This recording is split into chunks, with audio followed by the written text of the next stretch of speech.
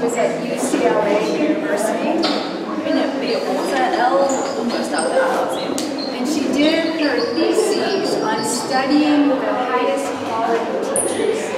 Un viņa rakstīja diplomu darbu par kā pētīt viskvalitatīvākos vai augstvērtīgākos skolotājus.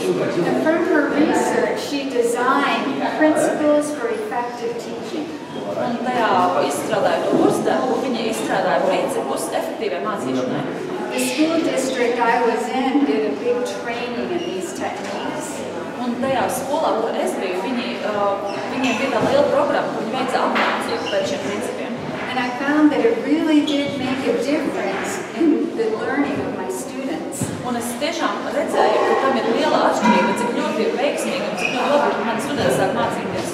Because we do teach to students and not to a curriculum. Jo mēs mācām skolēnus, nevis mācību programmu. So even though we know what the learning outcomes are that we are required to teach, lai gan mēs zinām, kādam būtu jābūt rezultātam, tad mēs mācām. There is no textbook that's been written that knows exactly where our students are at. Nav nevienas mācību grāmatas, kura norādītu tieši kurā posmā, kādā līmenī šobrīd atrodas mūsu skolēni. So we have to take the learning outcomes that we're required to teach to our students. Tāpēc mums ir jāpieņem tas rezultāts, kas no mums tiek prasīts, lai mēs to iemācītu. And adjust the learning to meet the needs of our children. Un jāpielāgo tā mācīšana, lai tiktu apmierinātas mūsu skolēnu vajadzības. So as teachers, we have to have knowledge of the content. Mums kā skolotājiem ir jābūt zināšanām par saturu. We have to have good planning skills. Mums ir jāprot labi plānot.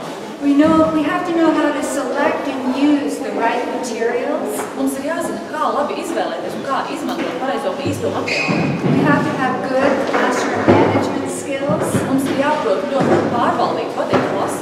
We have to be good at human relations. Un mums ir jāprot arī labi veidot attiecības. And we have to know how to design our lessons. Un mums ir jāzina, kā veidot nodarbību. So we have to select objectives for each individual lesson that we teach. Tāpēc mums ir jāizvēlas mācīšanas mērķi katrai konkrētai nodarbībai. Once we have our objective for that lesson, tad mēs esam noteikuši mācīšanas mērķi tai stundai. We have to get the attention of our students. Tad mums ir jāpievērš skolēnu uzmanību. We change to many different subjects throughout the day. Dienas laikā mēs nomainām ļoti daudz dažādus priekšmetus. And we have to keep refocusing our students for the new objective to be taught. Un mums ir visu laiku no jauna jāpievērš skolēnu uzmanību, lai viņi pievērtos jauniem priekšmetiem, ko mēs viņiem mācām.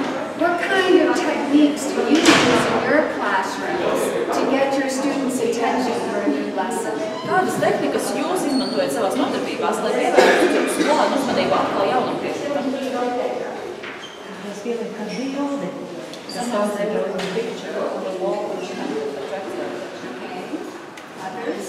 Kādu bildi var pielikt? Vēl kādas idejas? Spēle. Rīt aplis. Aplis rīt.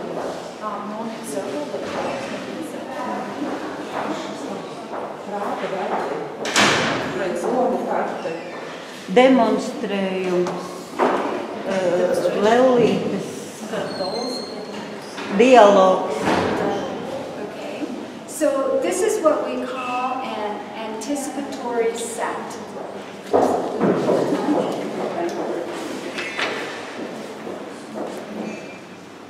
You're trying to get them to anticipate the lesson and get their interest. Tad to mēs saucam par to procesu, kā ieinteresēt skolēnus, tā kā ieinteresēšanas daļa. Okay. And so we have different techniques that we use. Mums ir dažādas tehnikas, ko mēs izmantojam. To attract their attention to the lesson. Lai pievērstu skolēnu uzmanību nodarbībai. It's proven that children remember the first and the last thing that they hear. Ir pierādīts, ka skolēni atceras pirmo un pēdējo lietu, ko viņi dzird. But where is most of our lessons? Bet kur tad paliek galvenā lielākā stundas daļa? It's in the middle. Tā ir pa vidu. So we have to make sure that we have a set at the beginning of the lesson. Tāpēc mums jābūt pārliecinātiem, lai mums būtu tas tā konkrētā daļa sākumā, And we have a closure at the end of the lesson. un lai mums būtu stundas nobeigums beigās. The set at the beginning of the lesson Un tā sākuma daļa, has several ideas that we have to get across. tur tiek pasniegtas vairākas idejas, kas mums ir jāiemāca skolēniem. We have to do things to attract the children's attention. Mums ir jādara kaut kas tāds, kas piesaista skolēnu uzmanību. But we want to make sure that what we use to attract their attention is preparing their thinking for the lesson. Bet mēs gribam panākt to, ka tas, ko mēs izmantojam, lai piesaistītu viņu uzmanību, lai tas tiešām vērš viņu domāšanu par to stundas tēmu. So as we're preparing lessons, we have to think, to reach this objective, how can I get their interest? Tāpēc, tad, kad mēs plānojam savas nodarbības, mums ir tiešām jādomā par to, kā es varu paturēt to galveno fokusu uz to stundas tēmu un tiešām piesaistīt skolēnu uzmanību tai tēmai. We have to ask ourselves a question. Mums ir sev jāuzdod jautājums. What kind of background information do they need to have for this lesson?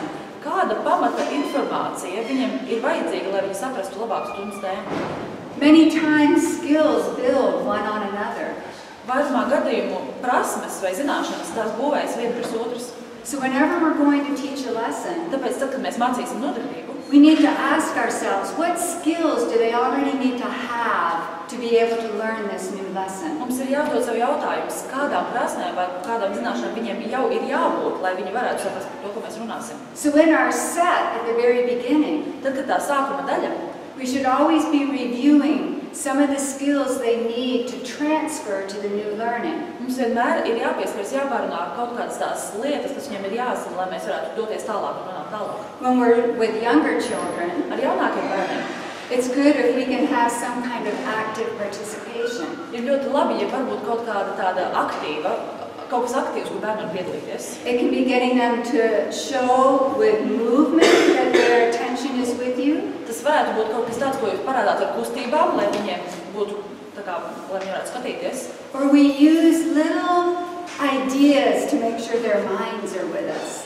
Vai arī izmantot daudz dažādas idejas, lai jūs būtu pārliecināts, ka viņi ar prātu seko līdzi jums. Things like, I want you to watch me and see if I make a mistake. Kaut kādas tādas lietas, kad jūs varat viņiem uzdot par uzdevumu skatīties, vai gadījumā jūs kaut ko nekļūdāties tajā, ko jūs viņiem rādat. Suddenly you have all their minds watching you. Un tad pēkšņi ir tā, ka visi bērni skatās un pilnīgi vēro katru kustību, ko jūs rādāt. So just whatever little techniques you can think of to make sure that their minds are focused and prepared for the new lesson. Tās varētu būt jebkādas tehnikas. Galvenais ir tas, lai jūs pārliecinātu, ka viņu prāti ir pievērsti jums un tam, ko jūs mācāt. Then we'll teach the lesson, which I'm going to talk about. Un tad mēs mācām nodarbību, par ko mēs arī runāsim. But we also have to plan what we call the closure at the end of the lesson. Bet mums ir jāizplāno arī tā daļa, ko mēs saucam par stundas nobeigumu. Because they remember the first and the last things of the lesson the best, Tāpēc, ka viņi vislabāk atceras stundas sākumu un stundas beigas. somehow in the closure we need to summarize the main points of the lesson. Tāpēc stundas beigās mums ir jāizdara kopsavilkums par tiem galvenajiem punktiem, ko mēs esam runājuši stundas laikā. You're bringing their minds into focus on what the main points were. Un jūs viņiem liekat koncentrēt viņu domas uz to, kas bija tās galvenās lietas. And then when you begin the lesson the next day, Un tad, kad jūs nākamajā dienā atsākat turpināt to nodarbību, that will be the review that you do for the new lesson. tas būs atkal tā sākuma daļa, kad jūs atskatīsieties uz iepriekšējo stundu. But when we're designing our lessons, Tad, kad mēs veidojam savas stundas, it's very important that we're very intentional about having a set and a closure. ir ļoti svarīgi, lai mēs tiešām rūpīgi plānot, lai mums būtu šī sākuma daļa un beigu daļa. If you don't close your lesson with a highlight of the points, Ja jums nebūs tā stundas nobeiguma, kurā jūs izcelsiet galvenās svarīgākās lietas, you could have wasted all the classroom time. tad iespējams visas stundas darbs būs vējā. Our minds needed to be summarized. Mūsu prātiem mums ir jāizdara tāds kopsavilkums savā galvā, savā prātā. It could be you summarizing it. Jūs pašas varētu to kopsavilkt. It could be calling on students to highlight it. Varētu izsaukt arī skolēnus, ka viņi izceļ galvenos punktus. And it could be students communicating with each other about it. Varētu būt arī tā, ka skolēni komunicē savā starpā un pārunā tas svarīgās lietas. We've learned from cooperative learning Mēs no kooperatīvās vai sadarbības mācīšanās esam iemācījušies, that if a child has to retell the information to another child, ka, ja bērnam ir jāpārstāsta dzirdētā informācija kādam citam, it takes them up into the higher levels of thinking. tas paceļ viņu līdz domāšanas augstākam līmenim. The lowest levels of memory and comprehension Paši zemākie līmeņi, kur ir atcerēšanās un sapratne, are usually what takes place in the classroom. tie ir parasti tie, kuri tiek izmantot stundās. But to simply at the end get them sharing the main points with each other, Bet pašās beigās mudiniet viņus, lai viņi padalās savā starpā, pārunā savā starpā tos galvenos punktus. it takes them up into the level of application, Un tas viņus paceļ augstākā līmenī, kur jau ir pielietojumi, zināšanu pielietojumi. and they're going to remember the main points of the lesson. Un tad viņi atcerēsies stundas galvenos mērķus. So whenever we plan, we have a set and we have a closure in our planning. Tad, kad mēs plānojam, tad mums vienmēr ir sākums un mums vienmēr ir beigas. So what about the lesson itself? Un tad kā ar pārējo stundas laiku? When you know what your objective is, Tad, kad jūs zināt, kāds ir jūsu mērķis, there should be 4 different areas involved in teaching it. vajadzētu būt 4 dažādām jomām, kas tiks iesaistīts mācīšanā. I'm going to say what the 4 are, and then we'll go and look at each one. Es nosaukšu visas 4, un tad mēs pārnāsim, kas tās katra ir. The first part is Pirmā daļa ir explanation. izskaidrošana. The second part is questioning. Otrā daļa ir jautājumu uzdošana. The third part is responding to the learner in terms of the learning. Trešā daļa ir rēģēt vai atbildēt atbildēt skolēnam tā kā saistībā ar mācīšanos. And the fourth one is activities. Un ceturtā daļa ir aktivitātes. So let's look at each one of those and what they consist of. Apskatīsim katru no šiem un no kā tie sastāv. First of all, you have an objective you want to get across. Vispirms jums ir kāds galvenā ideja, galvenais mērķis, ko jūs gribat nodot skolēniem. You need a good explanation for that in your lesson. Savā stundas laikā jums tas ir kārtīgi labi jāizskaidro. First of all, you have to see, are there any definitions I have to give to the students? Vispirms jums ir jāizpēta, vai ir kādas definīcijas, ko es varu dot saviem skolēniem. Are there any words in my objective that I need to help them have understanding of? Vai ir kaut kādi vārdi tajā idejā, ko es gribu viņiem mācīt, kas man ir jāpaskaidro atsevišķi? Then we look at our objective and say, is there a process to take their minds through? Un tad man ir jāapskata tā galvenā ideja, un tad jāpadomā, vai ir kāds process, kas viņiem jāpārdomā.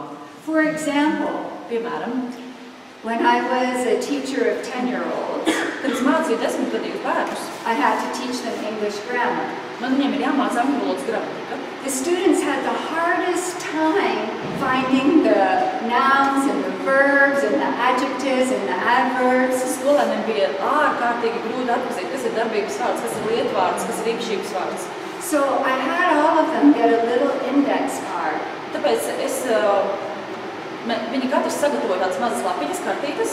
And I had to ask myself, is there a thinking process to go through to get to the objective? Un tad man bija sev jāuzdod jautājums, vai ir kāds laiks, kas viņiem ir nepieciešams, lai izdomātu, lai sasniegtu to galveno mērķi, ko viņi iemācās. So I thought, yes, first you look for the subject. Un tad es izdomāju, ka jā, vispirms, lai viņi meklē teikumu priekšmetu. Is there a person, place, or thing in the sentence? Vai teikumā ir kāds lieta, persona vai kaut kas teikumā? I want them to underline the subject. Un es gribēju, lai viņi pasvītro teikumu priekšmetu. So the first thing on their card, number 1, was look and underline the subject. Tāpēc pirmais punkts viņu kartītēs viņi ierakstīja meklē un atrodi teikumu priekšmetu. Then I thought, what do I need them to do next? Un tad es domāju, kas viņiem būtu jādara tālāk. I need them to see if there's any words that describe the subject. Es gribēju, lai viņi atrod vai ir kādi vārdi, kas var aprakstīt teikumu priekšmetu. So step number 2 Tāpēc otrais solis was put in brackets all the describing words of the subject. ieraksti iekavās visus vārdus, kas apraksta teikumu priekšmetu. Okay, what do I want them to do next? Un ko es gribu, lai viņi darītu tālāk? They need to look at the predicate Viņiem ir jāmeklē teikuma izteicējs and underline twice any action verbs. un jāpasvītro ar 2 svītrām jebkuri darbības vārdi. Then I want them to underline any helping verbs. Un tad es gribu, lai viņi pasvītro arī palīgvārdus. Then I want them to look and bracket adverbs. Un tad es gribu, lai viņi atrod un ieliek iekavās apstākļu vārdus. And then I would model it on the board. Un tad es to visu uzzīmēju kā piemēru uz tāfeles. And all together as a class, we'd step by step go through the process. Un visa klase kopā mēs soli pa solim izgājām cauri šim procesam. When I started giving them step-by-step processes and my objectives, Tad, kad es attiecībā uz to, ko es viņiem mācīju, sāku dot šādu soli pa solim procesu, it was amazing how successful they were. bija abrīnojami, cik viņi ātri, cik viņiem labi veicās. When I just taught them what a noun was and told them to do it, Tad, kad es vienkārši pateicu, kas ir lietvārds un pateicu viņiem, kas viņiem jādara, when I just said find all the verbs un tad, kad es viņiem pateicu, vienkārši atrodiet darbības vārdus, or make a list of the adverbs, vai arī sarakstiet apstākļu vārdus sabiņā, they were all confused. viņi bija pilnīgi apjukuši.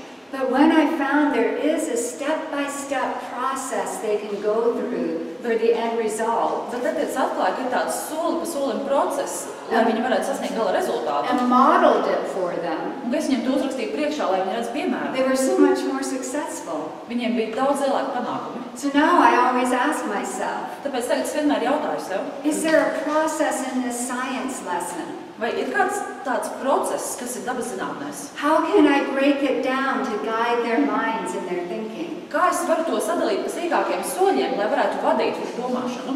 Is there a step-by-step process in this math method? Vai ir kāds soli pa solim process, kas attiec uz matemātiku?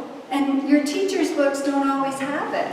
Bet jūsu skolotāju grāmatās, rokas grāmatās tas nevienmēr ir rakstīts. And only you know the levels of your Un students. tikai jūs paši zināt, kādā līmenī atrodas jūsu skolēni. Some students may not need the process, Dažiem skolēniem iespējams šāds process nav vajadzīgs. but giving that step-by-step thinking guide will help the majority of the students. Bet ja jūs dodat šādu soli pa solim tādu analīzi, tas palīdzēs vairumam skolēniem. So every time I prepare a lesson, I'm asking myself, Katru reizi, kad es sagatavoju stundu, es sev jautāju, are there words I need to define? vai ir kādi vārdi, kuriem man ir jādod definīcija? Is there a step-by-step process to guide their minds? Un vai ir soli pa solim process, lai vadītu viņu domāšanu? And how can I get them actively involved in that process? Un kā es varu panākt, lai viņi aktīvi iesaistītos tajā procesā? And can I model it for them? Un vai es to viņiem varu uzrakstīt kā piemēru? So it also is good to have examples. Ir ļoti labi, ja ir mums kādi piemēri. Have an example of the finished product. The end result. Like in the arts and crafts, if she shows the finished product Kaut kāds first. gala rezultāts, pie kā ir jānonāk, tāpat kā rokdarbos, ka mums rāda, pēc kā tam jāizskatās. What do I want it to look like at the end? Ko es gribu, kā lai tas izskatās beigās? If I have examples to show them, Ja man ir piemērs, ko viņiem parādīt, it gives them a guideline in their minds of where we're going. tas dod viņiem vadlīnijas prātā, uz kuru virzienu mums ir jāiet. They found this to be very successful now in preparing assessments. Tagad uzdodot mājas darbus, viņi to ir atklājuši, ka tam ir ļoti liela nozīme. Do you use rubrics here? Rubrics, you know, you divide the learning into squares and you decide what you want the end to look like. Vai jūs saprotat to mācīšanas procesu tādā tā kā grafikā, un kad jūs arī vienlaicīgi tā kā norādāt, kādam būtu jābūt gala rezultātam? Vai jūs kaut ko tādu darāt notarbībās? Yeah, and the student can see, oh, if I do this at the end, I get this grade. Or if I only do this at the end, I only get this grade. Un tad skolēns redz, ja es daru to un to un to, tad man ir tāds rezultāts, un tas saņem tādu atzīmi. Pat ja es daru tikai to un to, tad man ir tāds rezultāts. And I gave Zane a book that has really good examples of how to create these assessments. Un es iedevu Zanai grāmatu, kur ir ļoti labi parādīts, kā veidot šādus novērtēšanu grafikus. If you want to get some samples for this. Ja jūs gribētu piemērus, tad tas ir iespējams dabūt. So every lesson needs to have examples in it for the students to see. Katrai stundai ir vajadzīgi šādi piemēri, ko skolēniem redzēt. And we also have to say what background information will help them understand. Mums ir arī jāzina, kāda ir tā pamata informācija, iepriekšēja informācija, kas viņiem palīdzēs saprast. Is there something that happened in the news that will help them make an association? Vai ir kaut kas, ko viņi ir dzirdējuši ziņās, kas viņiem palīdzētu veidot kaut kādas asociācijas? Is there something before we studied in a history lesson that will help make transfer of information? Vai varbūt kaut kas, ko viņi iepriekš ir mācījušies vēstures stundās, kas viņiem tagad palīdz labāk saprast informāciju? So when I'm preparing my lesson to teach the objective, Kad es gatavoju stundu, lai mācītu šo galveno mācību, I want to look at these 5 areas in my explanation. es gribu meklēt šīs 5 jomas izskaidrošanā. Are there words to define? Vai ir vārdi, kurus jādefinē? Is there a process, a step-by-step method to guide them through? Vai ir tas soli pa solim process, kuriem skolēni izvest cauri? Can I model this for them in the lesson? Vai es to viņiem varu parādīt kā piemēru stundas laikā? Are there examples I can give to them? Vai ir kādi piemēri, ko es varu viņiem parādīt? And is there any background information that will help them make a positive transfer? Un vai ir kāda iepriekšēja informācija, kas viņiem palīdzētu pārslēgties uz jauno tēmu? Another part of teaching your objective Vēl viena daļa no tā, kā mācīt stundas galveno ideju, is questioning throughout the lesson. ir uzdot jautājumu stundas laikā. We have to check, are the students with me? Are they understanding? Mums ir jāuzdod jautājumu, lai saprastu, ka skolēni mums seko līdzi un ka viņi saprot. There's 2 types of questioning we can do. Ir 2 veidu jautāšana, ko mēs varam One is izmantot. sampling. Viena ir Sampling. You just choose a sample of the different levels in your class. tā kā piemēru izvēlēšanās.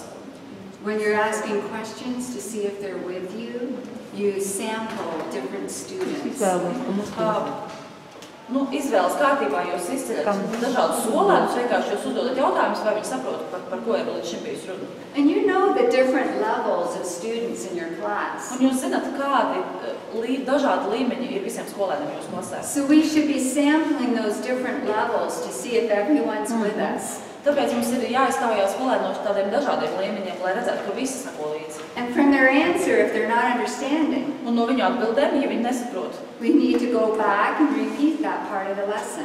mēs redzam, ja mums ir jāatgriežas atpakaļ un jāatkārto tā stundas daļa. Now, one little technique that can make a big difference Kāda tehnika ir, kas var viest lielas izmaiņas, is to ask the question, ir uzdot jautājumu, pause for a little while, tad dot mazliet brīdi, and then call on the student's name. un tad nosaukt skolēnu vārdu. We have a tendency sometimes to call on a student's name first, Dažreiz mums ir tā tendence, ka mēs vispirms nosaucam skolēnu, and nobody else cares or is listening. un tad visiem pārējiem viņi nemaz neklausās. But if you ask the question and just pause for a minute, Bet ja jūs uzdodat jautājumu un mazliet iepauzējat, kind of look around, un tad skatāties uz visiem, all of a sudden everyone kind of gets more attentive because you might call on them. tad pēkšņi visiem nes kāpēc ir vairāk uzmanības, jo visi domā, ka visi saka tieši viņus. So such a little technique, but it gets the minds more focused with you. Tāpēc tāda pavisam maza tāda bildība, ja tā var teikt, bet tas pievērš ļoti viņu uzmanību. If you ask a question and the child gives the wrong answer, Ja jūs uzdodat jautājumu un bērns atbild nepareizi, you should never leave the lesson without getting them to give the right answer. nekad nevajadzētu pabeigt nodarbību, nepanākot to, lai bērns spēj atbildēt pareizi. You could call on their name, Jūs varat atkal nosaukt viņu vārdu, they don't get the answer right, viņi neatbild pareizi. so you could ask if someone can help them. Tāpēc jūs varat jautāt, vai kāds var palīdzēt atbildēt pareizi. Somebody else says and they help them, Un kāds cits atbild pareizi, un caur to viņš viņam palīdz. and then you say, now can you give me the answer? Un tad jūs vēlreiz uzdodat tam bērnam jautājumu, vai tagad tu saproti? But you don't ever want to leave the questioning with them not knowing the correct answer. Bet nekad nevajadzētu pabeigt to jautāšanas daļu, tad, ja bērni atbild nepareizi, un tā arī nezina pareizās atbildes. Another type of questioning is total class response. Un cits jautāšanas veids ir tad, kad jūs gaidāt reakciju no visas klases. We can only focus for so long. Mēs varam koncentrēties tikai uz kaut kādu brīdi. If I could speak Latvian, Ja es varētu runāt latviski, I'd be doing this with you right now. es tieši to šobrīd ar jums tagad darītu. I would be asking you to repeat, or let's try it. I won't understand the answer, Es but jautātu jums atkārtot, bet īstenībā mēs varam pamēģināt. Es gan nesapratīšu, ko jūs atbildēsiet. what are the 5 parts parts of an explanation? Kādas ir 5 izskaidrošanas daļas? Class, Klase. 5 daļas izskaidro. Definēt vārdus. Defining words. Step by step. Modeling. Aktivitātes. Activities. And give some examples. right. But the way you ask it with children is they're all able to shout out the answer all together. Tad, kad jūs šādā veidā uzdot jautājumu klasē, tad parasti bērni kliedz visu reizē. Right. You could say, what is 2 plus 2? Tad jūs varat uzdot, cik ir 2 plus 2? Class. Klase. And they all shout Un out visi kopā the answer. izsauc atbildi. Total group responses are a really good way to keep the mind re-engaging, re-engaging, re-engaging. It just gets their attention all over again. Šāda jautāšana, kad jūs gaidat reakciju no visas klases, tas palīdz viņiem laiku pa laikam atnākt atpakaļ, koncentrēties, turpināt koncentrēties par to. And your students get used to it. Un jūsu skolēni pie tā pierod. After a while, they're expecting you to say class, Un pēc kāda laika viņi jau gaidīs, kad jūs teiksiet and they all klase. shout out the Un answer. tad viņi visi sauc kopā atbildi. And the ones who were daydreaming, Un tie visi, kuri sapņoja ar acīm vaļā, who weren't listening, kuri nemaz neklausījās, they suddenly refocus, pēkšņi viņi ir and they're koncentrējušies. hearing what the answer Un tad is. viņi dzird, kāda ir pareiza atbilde. So just little techniques for questioning Tāpēc tādas mazas tehnikas attiecībā uz jautāšanu, can make your lesson more effective. bet tās var padarīt jūsu nodarbības daudz efektīvākas. Another part of the lesson, Nākamā nodarbības daļa, and it might be hard in the translation, pēc tulkojuma, tas varētu būt mazliet grūtāk, is responding to the learner in terms of the learning. ir šī reaģēšana uz skolēnu attiecībā uz mācīšanos. It's really very simple. Patiesībā tas ir ļoti vienkārši. When you ask a student a question, Tad, kad jūs uzdodat skolēnam jautājumu, there may be a lot of students that didn't hear the answer. varbūt būtu daudz skolēnu, kuri nedzirdētu atbildi. We kind of have a bad habit of when they answer it, we just move on to the next part of our lesson. Tāpēc mums ir tāda īstenībā nelabs paradums, tad, kad bērns atbild pareizi, tad mēs vienkārši turpinām un runājam tālāk. But that answer is an important step to the next part. Bet tā atbilde, ko tas viens skolēns dara, tā ir ļoti svarīgs solis un pamats, lai mēs turpinātu runāt tālāk. So let's try it. Tāpēc izmēģināsim šo daļu. What is one part of an explanation? Kāda ir viena paskaidrošanas daļa? Class? Klase? So what did she say? New words, new Okay. terms. That's correct. Giving definitions. Tātad dot definīcijas.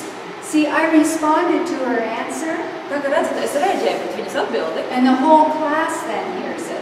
un tad visa klase dzird pareizo And then atbildi. we move on to the next part. Un tikai tad mēs dodamies tālāk pie nākamās daļas. What are the 2 types of questioning? Kādi ir 2 jautāšanas veidi? Izlases.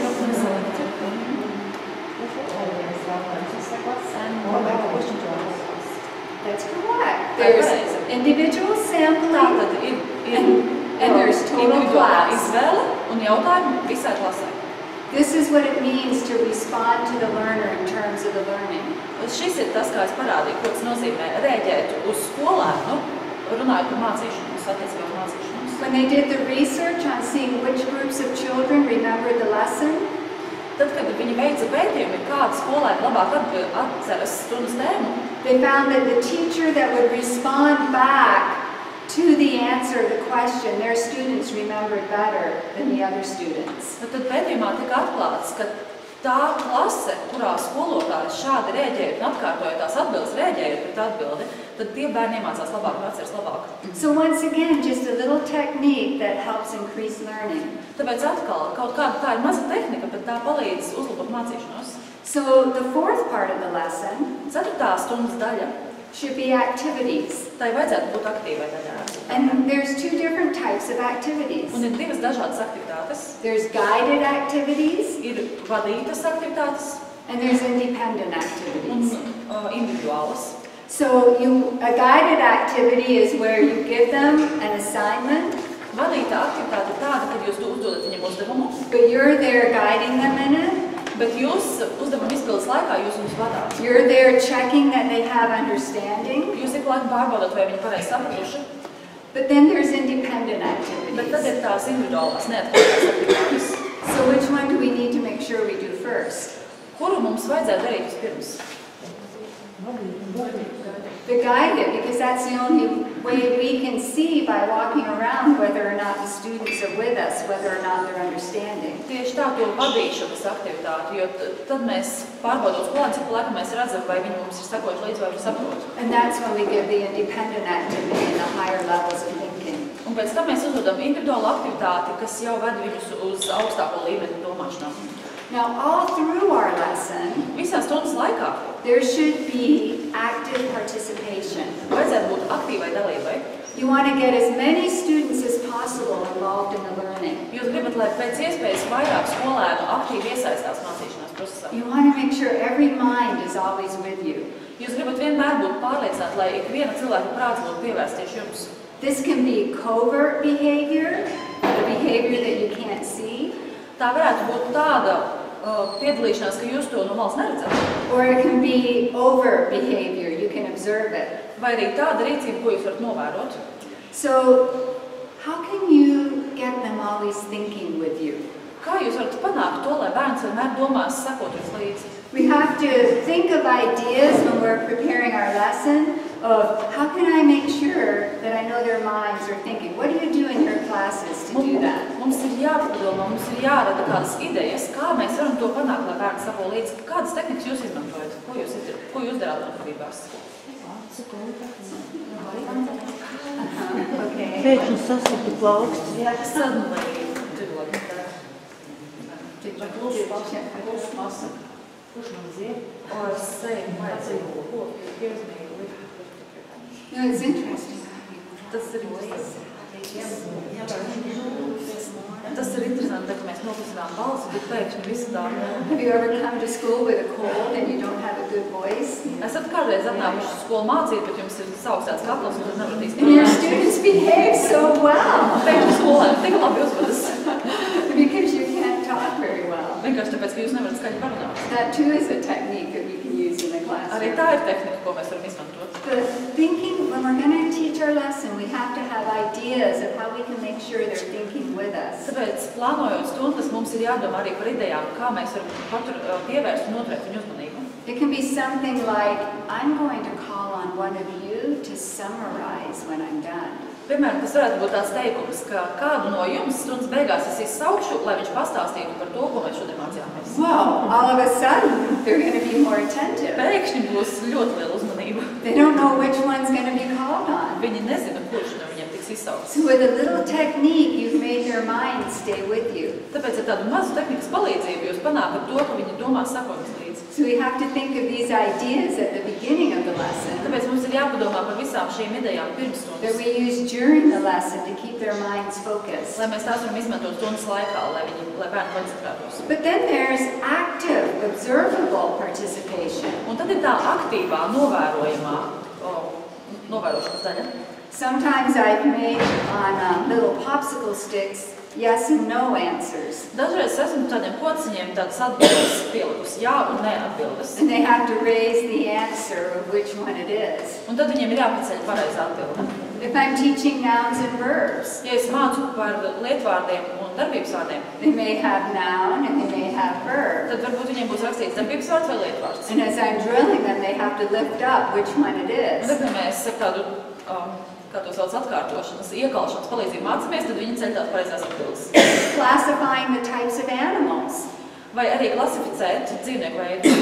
They have the categories on their table. Viņiem ir dažādās kategorijas sarakstītas. As I'm calling out the different types, Un, kad es izsaucu šos dažādos tipus, they have to pick which one it is and lift it un up. tad viņiem ir jāpaceļ pareizā atbilde, kur tā ir. All kinds of ideas that you think of Dažādas idejas, par ko vien jūs varat iedomāties. to make sure that the class is involved with the lesson. Lai jūs būtu droši, ka jūsu klase iesaistās Just stundā. little simple things. Tas ir pavisam vienkāršas But lietas. you at one glance can see if everyone's with you. Bet jūs no viena acu uzmetiena tad varat redzēt, vai bērni seko līdzi vai nē. And you see the students looking around sometimes because they don't know. Un jūs redzat, ka skolēni skatās uz citiem, jo viņi paši nezina to pareizo And they see atbildi. what everybody else has lifted Tad viņi up. skatās, ko visi citi vairums ir So pacēluši. all of a sudden they know which one Tad to arī lift pēkšņi up. viņi zina, kas ir īsta atbilde. If you didn't do that, Ja jūs tā nedarītu, they wouldn't care. tad viņiem būtu pat vienalga. And you wouldn't know Un jūs nezinātu, that they weren't with you mentally. ka viņi domās jums nesakoja līdzi. So every time you're teaching a lesson, Tāpēc katru reizi, kad jūs mācāt, you ask yourself those two questions. uzdodiet sev šos divus jautājumus.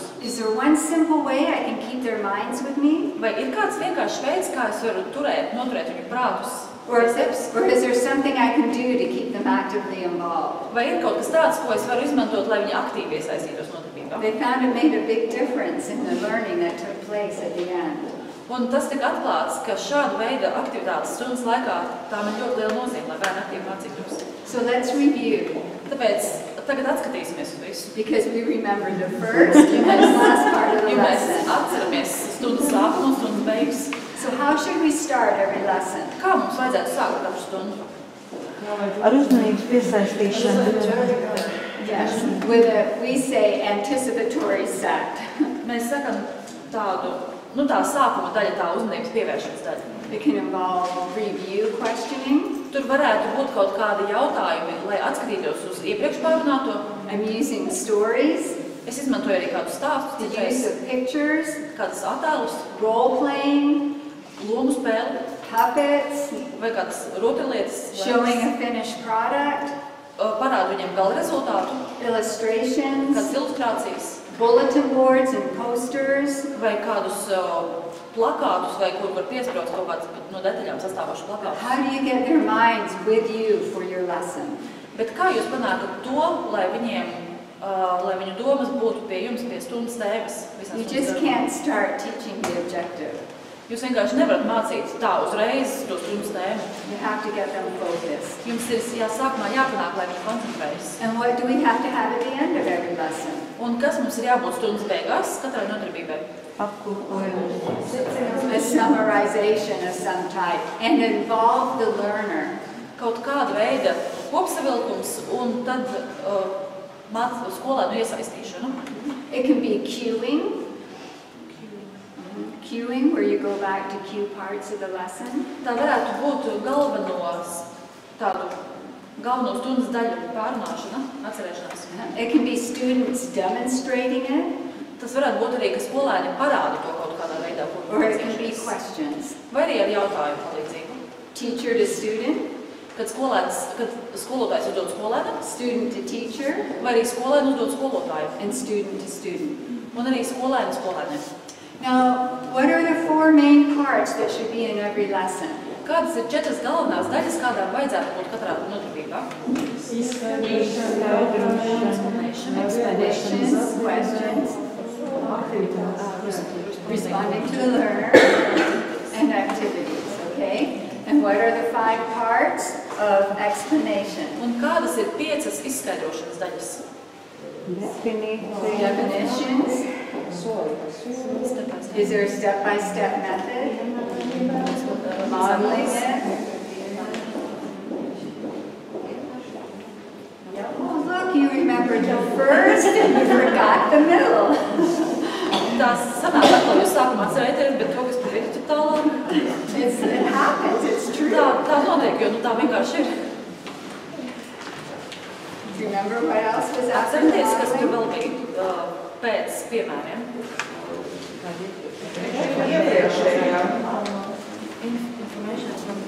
Yes, background Kāda information ir or iepriekšēja concepts. informācija vai pieņēmumi. Okay, and the 2 types of questions? Un 2 jautājumu veidi. Individual and total group class. And then what is a technique to make sure everyone's thinking about the question? Un kāda ir tehnika, lai jūs būtu pārliecināti, ka visi domā par nodarbības tēmu? Uzdod jautājumu aplus. And then comment. So you ask the question first. Tātad jūs vispirms uzdodat jautājumu. You pause to make sure everyone's with you. Un tad jūs ieturat pauzi, lai pārliecinātos, ka visi pievēršas. And you comment a child that doesn't look like they're listening. Un tad jūs izlasat to bērnu, kurš izskatās, ka nemaz nav dzirdējis. Okay. And then we want to make sure that we always respond the answer back from the question. Un tad mums vienmēr ir jāpārliecinās, lai mēs reaģētu. Ja bērns ir atbildējis uz to atbildi, tad mēs uz to atbildi vēlreiz reaģējam. And have activities. Un lai mums ir arī aktivitātes. Just one more thing maybe we have time for. Un tikai viena lietiņa vēl, es domāju, ka mums vēl mazliet laiks. What can you do also while you're teaching to keep their attention? Ko jūs varat darīt, kamēr jūs mācāt, lai pievērstu viņu uzmanību? Not what I'm doing. Es to nedaru. You don't stand at the front of the class all the time. Jūs nestāvāt klases priekšā visu laiku. I'm only doing this because of the video. Es daru šeit šobrīd tāpēc, ka vienkārši filmēju video. If the video wasn't there, I'd be walking around. Ja nebūs kameru uzstādīta, es staigātu.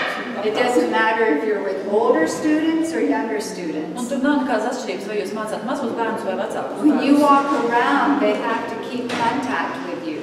Tad, kad jūs staigājat apkārt, tad viņiem vienkārši gribot nebūtu jums jāpievēršas. When you see someone not paying attention, just walking near them, Tad, kad jūs redzat, ka kāds bērns neklausās, Gets their vienkārši nostājieties viņam tā, nostaigājiet tuvu garām, tas viņam pievērsīs keep uzmanību. teaching and you just put your hand on their shoulder while you keep teaching. Turpiniet mācīt, vienkārši uzlieciet roku bērnam uz pleca. You suddenly have their attention without interrupting the Un lesson. pēkšņi pat bez stundas nekāda pārtraukuma jūs pievēršat bērnu uzmanību. So you move around while you're teaching. Tāpēc jūs kustaties pa klasi, kamēr jūs mācāt. There's also focusing. Ir arī koncentrēšanās, You draw attention to things. kad jūs pievēršat īpašu uzmanību kaut kādām lietām. You may have an example you want to point out. Iespējams, ir kāds piemērs, uz kuru tieši jūs gribat norādīt. You may just verbally want to focus on something. Varbūt tikai ar vārdiem jūs pievēršat kaut kādām lietām uzmanību. But you keep thinking, how can I refocus? How can I refocus? Bet jums visu laiku ir par to jādomā, kā es varu turpināt, noturēt viņu uzmanību. Sometimes if I see someone talking, Dažreiz, ja es redzu, ka kāds savā starpā sarunājas, just pausing. es vienkārši pakustu. You don't have to say anything. Pat nekas nav jāsaka. All of a sudden they realize that you're not talking anymore. Pēkšņi viņi saprot, ka jūs varat nerunājat. And you get their attention. Un tad viņi pievēršas jums. And shifting interaction. Un arī mainīt tā darbība, lai notiek mainītās lomās. It's not just you doing all the talking. Nevis tas, ka jūs visu laiku tikai visu runāšanu. You saw Pastor Dwayne do that a lot. Jūs redzējāt, ka mācītājs Dvains diezgan daudz tā rīkojās. Remember, he'd tell you to tell each other things. Atcerieties, ka viņš jums lika, lai jūs viens otram teiktu kaut kādas It gives you lietas. that little bit of a break. Tāpēc, ka tas ir arī savā veidā maza tā kā pauzīte. Then you can come back and refocus. Un tad jūs varat atgriezties atpakaļ pie tēmas un turpināt koncentrēties. And shifting the senses. Yeah. From not just everything being visual and hearing. Un arī nomainīt tās maņas, kas tiek cilvēkam izmantotas. 83% of learning is visual. 83% no mācīšanās mēs iegūstam caur vizuālu, caur redzi. 11% is auditory. 11% mēs iemācāmies ar klausīšanos, And 6% is a combination of the other senses. un 6% ir visu pārējo maņu kombinācija. So try to use as many senses as possible Tāpēc centieties izmantot pēc iespējas vairāk šīs cilvēku maņas, when you're preparing a lesson. tad jūs gatavoties stundai. And it's time. Un tagad ir laiks. So I hope maybe that just gave a few techniques to help prepare an objective. Un tāpēc es ceru, ka jums tās bija kādas tehnikas, ko jūs varēsiet izmantot,